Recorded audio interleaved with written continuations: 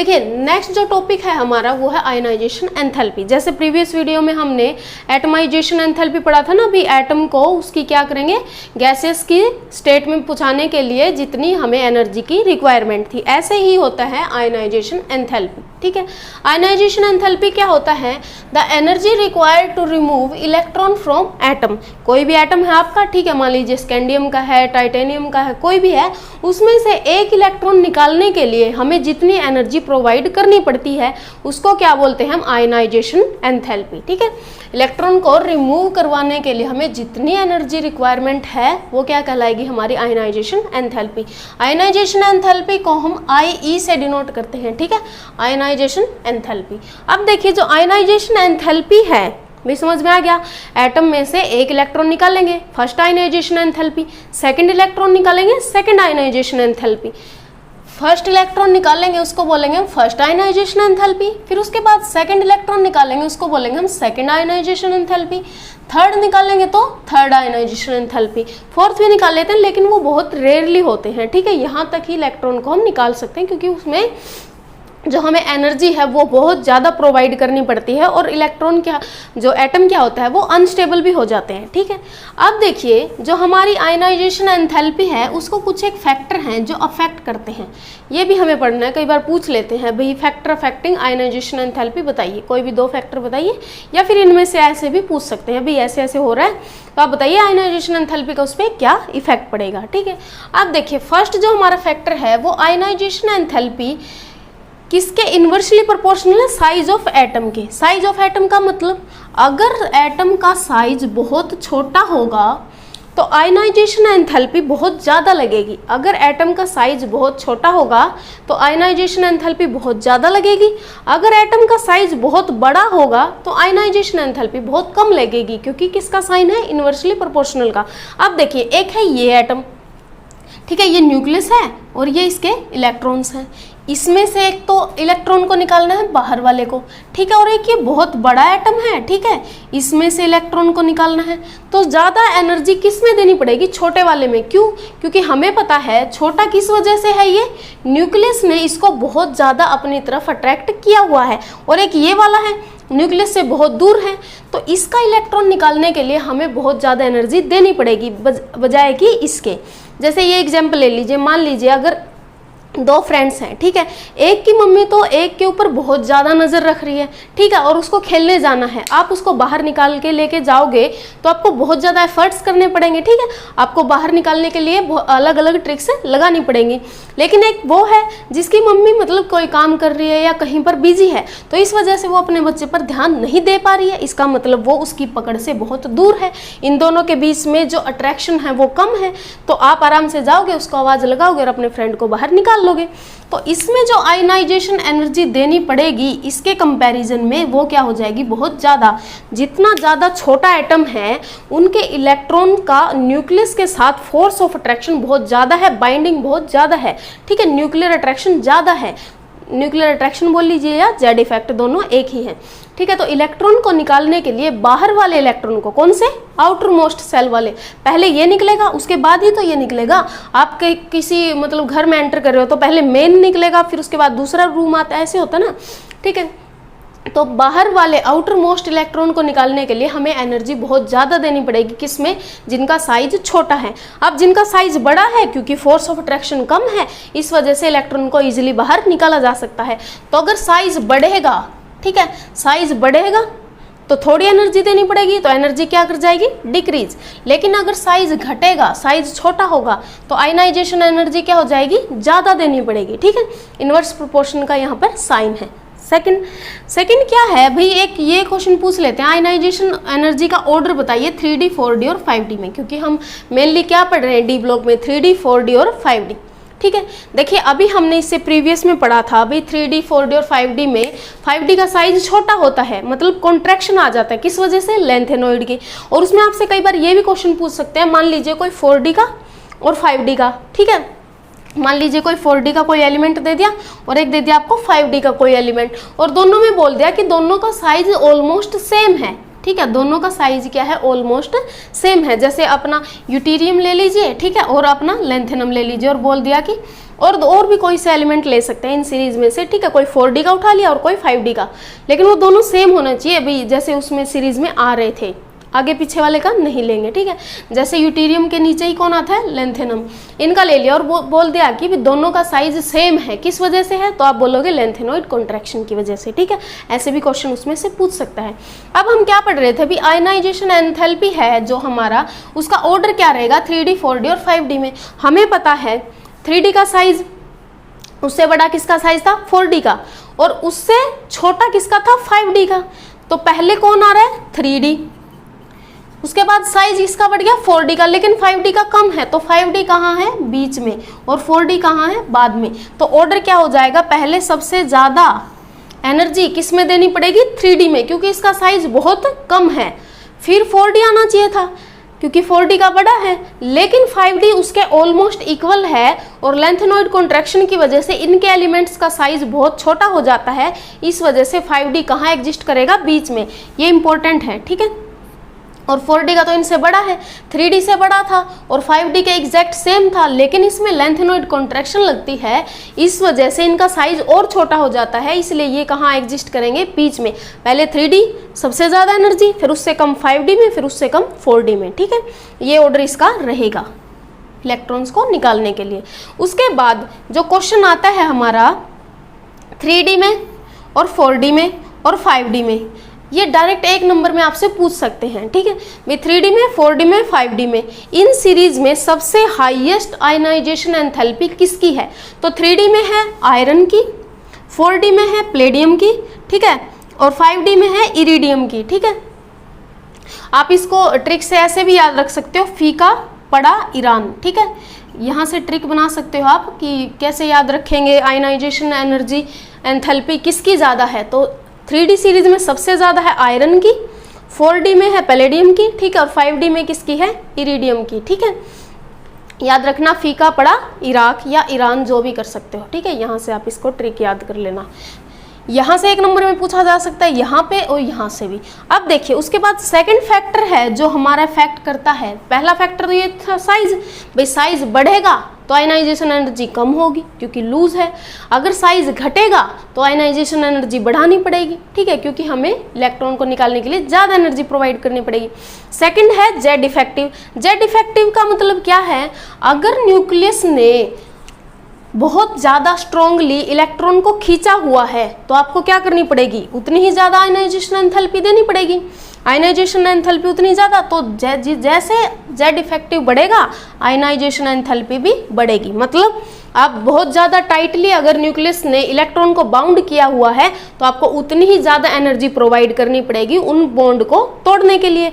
अगर न्यूक्लियस ने बहुत लूजली बाउंड किया हुआ है, मतलब उसका जेड इफेक्टिव कम है, तो हमें कम एनर्जी देनी पड़ेगी, ठीक है। ये तो डायरेक्टली प्रोपोर्शनल है। जेड इफेक्टिव बढ़ेगा तो क्या होगा, आयनाइजेशन एनर्जी उतनी ही ज़्यादा देनी पड़ेगी। अगर जेड इफेक्टिव घटेगा तो आयनाइजेशन एनर्जी कम।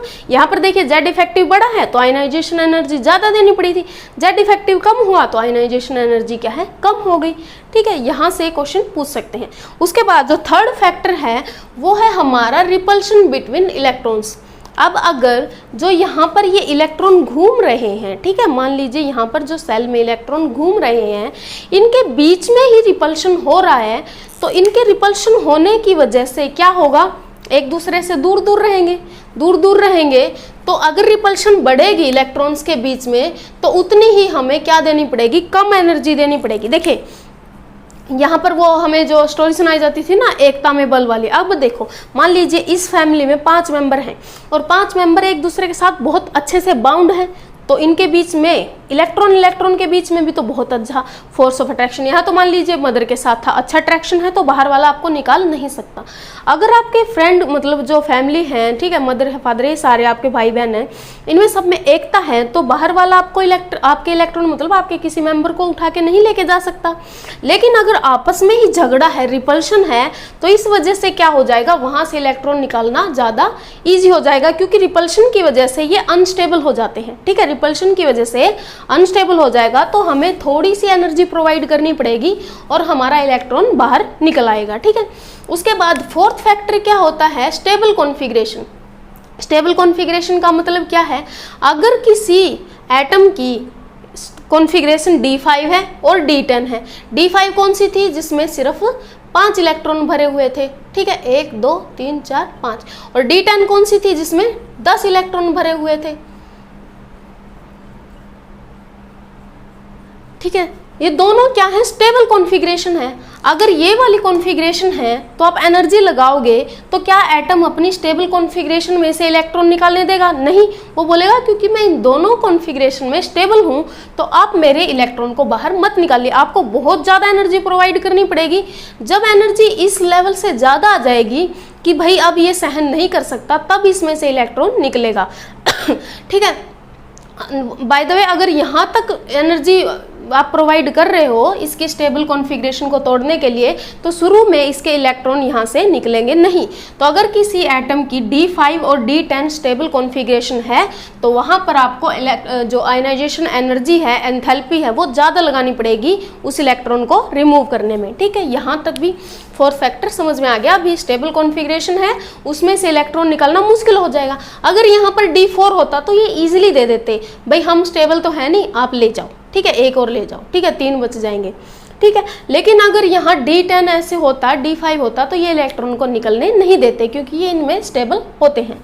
दूसरा, अब देखिए 5th पॉइंट है हमारा, यहाँ पर लिखा हुआ है कि first ionization energy, second ionization energy और थर्ड आयनाइजेशन एनर्जी। ये कह रहा है आपने पहला इलेक्ट्रॉन निकाला, उसके बाद जब दूसरा निकालोगे और उसके बाद तीसरा निकालोगे तो आपको बहुत ज़्यादा एनर्जी देनी पड़ेगी, क्योंकि क्या उसमें से पहला इलेक्ट्रॉन निकालना ही बहुत मुश्किल हो जाता है, उसके बाद दूसरा निकालना और मुश्किल, तीसरा निकालना और भी मुश्किल। जैसे स्कैंडियम है, मान लीजिए, ठीक है, स्कैंडियम क्या होता है? आर्गन के 18, ठीक है, 3D और 4s, ठीक है, 18 है, 2 यहाँ पर है और D में क्या है? 1 है, ठीक है। आपको पहला निकालना है, S में से निकालोगे, फिर दूसरा निकालना और मुश्किल हो जाएगा क्योंकि S में 1 आ गया और इसमें भी 1 आ गया तो ये स्टेबल हो गया।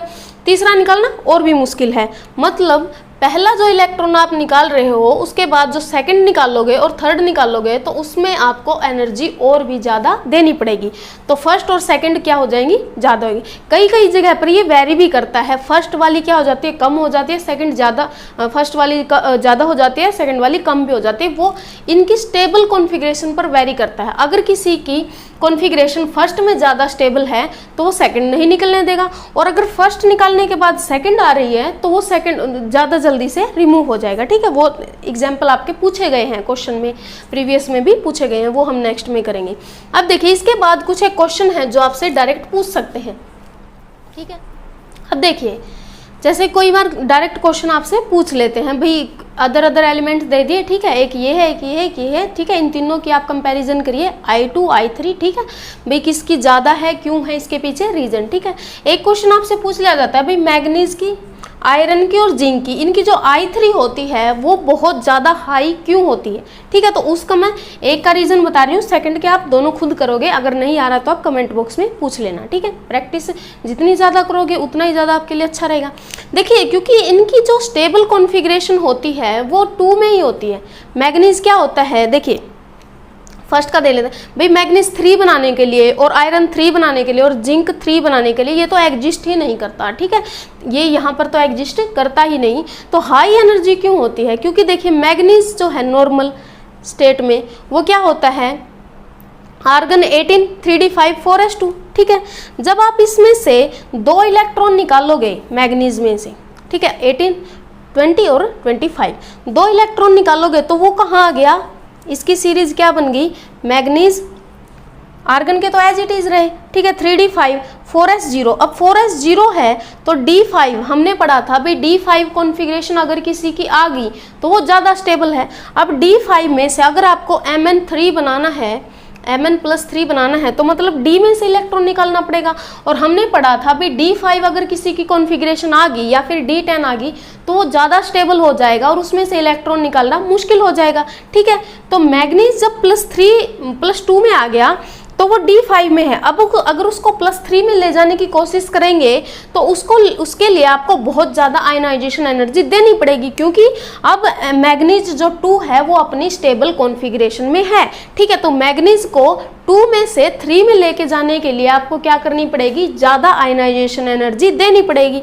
ठीक है, ऐसे ही आयरन का होगा, ऐसे ही जिंक का होगा, और जिंक तो +3 में एग्जिस्ट करता ही नहीं है। ठीक है, यहाँ पर लिखा भी हुआ है, अगर यहाँ पर आपको विजिबल नहीं है तो इधर बना लेते हैं इसको। ठीक है,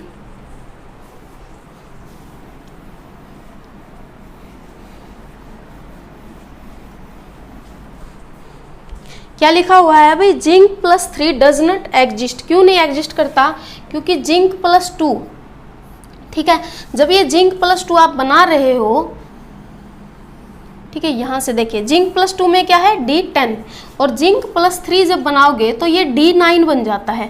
और D10 हमने पता है, अभी हमने यहाँ पढ़ा है भाई, D5 हो या D10 हो, वो क्या होती है, स्टेबल कॉन्फ़िगरेशन। यहाँ पर ये स्टेबल है, तो स्टेबल से अनस्टेबल क्यों होएगा ये। ठीक है, तो जिंक 3 में जाने के लिए इसको बहुत ज़्यादा आयनाइजेशन एनर्जी चाहिएगी, तो I3 इसकी क्या होती है, बहुत ज़्यादा होती है। यहाँ हमने पढ़ लिया भी जिंक 3 की बहुत ज़्यादा हाई क्यों होती है, 2 में से 3 में जाने के लिए। ठीक है, 2 में से 3 में जाने के लिए, ठीक है, बहुत ज़्यादा हाई क्यों होती है, क्योंकि इसके लिए हमें इसकी स्टेबल कॉन्फ़िगरेशन को तोड़ना पड़ता है और अनस्टेबल में आना पड़ता है। अगर D9 हो जाता, ये D9 हो जाता, क्योंकि Zn3+ एग्जिस्ट ही नहीं करता, क्योंकि यहाँ पर ये क्या बन जाता है, D9, और अगर ये D9 हो जाता तो ये ट्रांजिशन एलिमेंट हो जाता। क्या हो जाता, ये ट्रांजिशन एलिमेंट, और ट्रांजिशन एलिमेंट नहीं होता जिंक, तो क्या होता है हमारा सूडो ट्रांजिशन। ठीक है, D9 हो जाता, क्योंकि हमने पढ़ा था भाई D9 है वो तो क्या होता है, जब Zn2+ है तब भी D10 है, और जिंक था तब उसमें किस में थे, हमारे s ऑर्बिटल में। तो ये स्टेबल कॉन्फ़िगरेशन है, ये अनस्टेबल में नहीं आएगा, और अगर आ जाता तो ये मिलता नहीं है, ये एग्जिस्ट ही नहीं करता।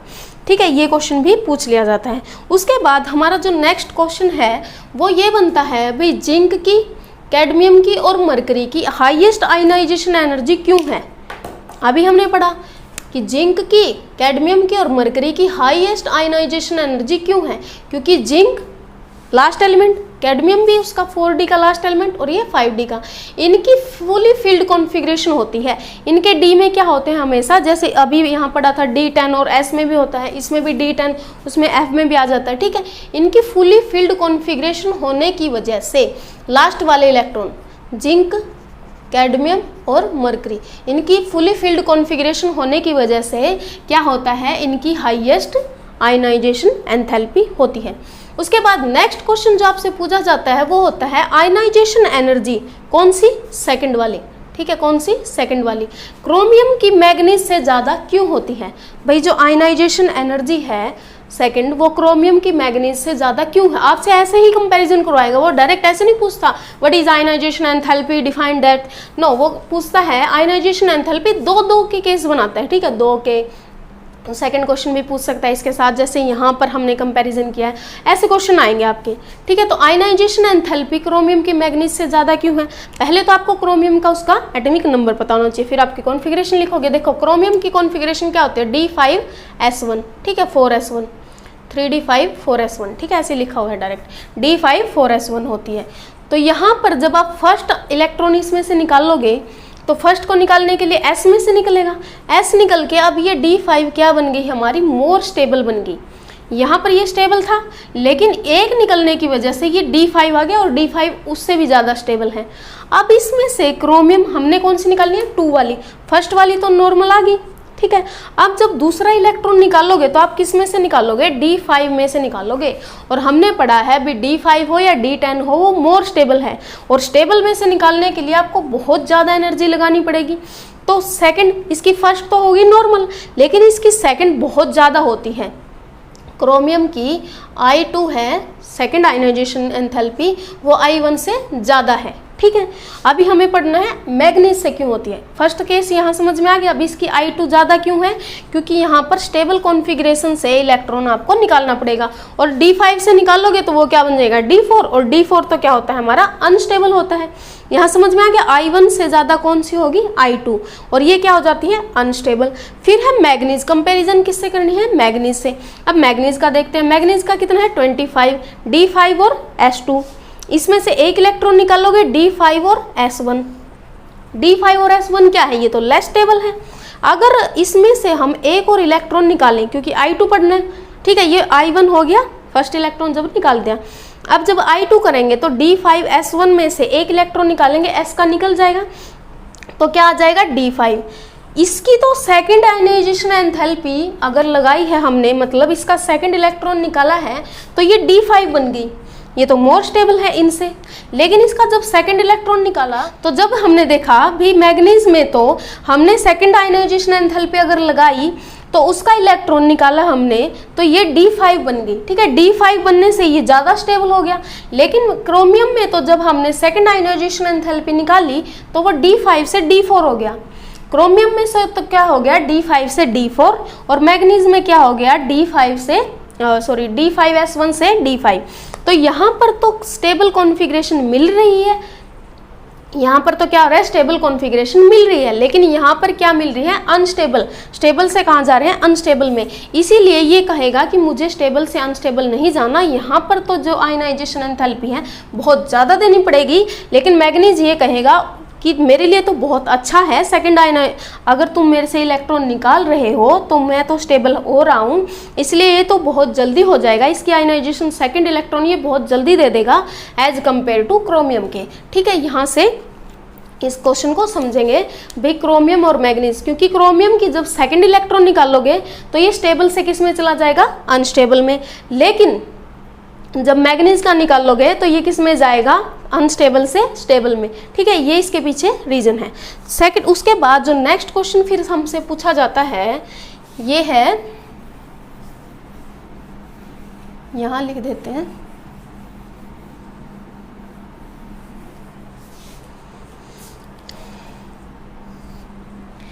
क्वेश्चन है हमारा भी I3 थर्ड है, ये मैग्नीज की ज़्यादा है किससे आयरन से। ये क्यों होता है, क्योंकि देखिए मैग्नीज है 3 है, हमें D5 से कहाँ जाना है मैग्नीज +3 में,